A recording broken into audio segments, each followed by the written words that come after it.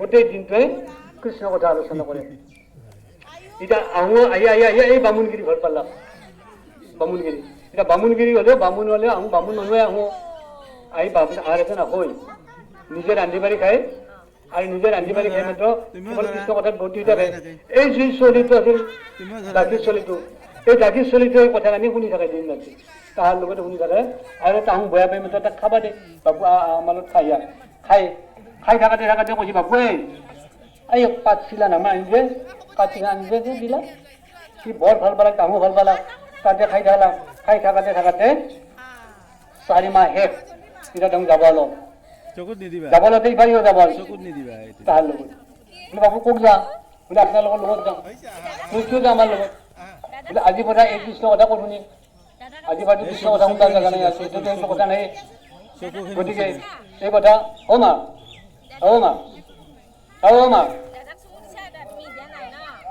তোমাক কৈছো মই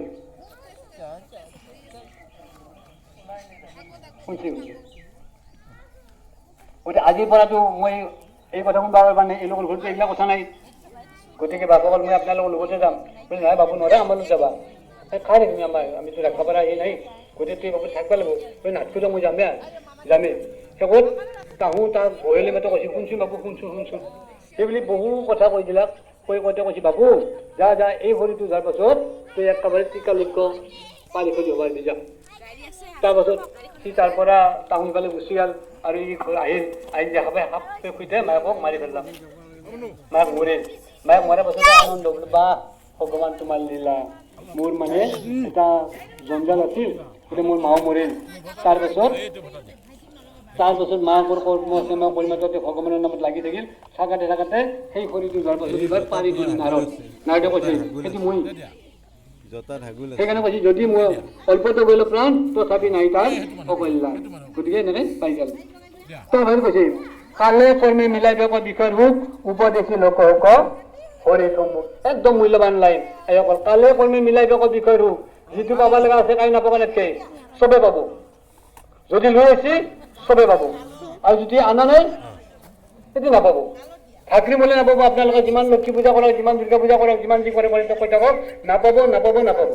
যদি ইয়াতে নাই, আৰু যদি ইয়াতে আছে আজি আপুনি উজাতকে পৰি যাওক, পইচাত পৰি যাব।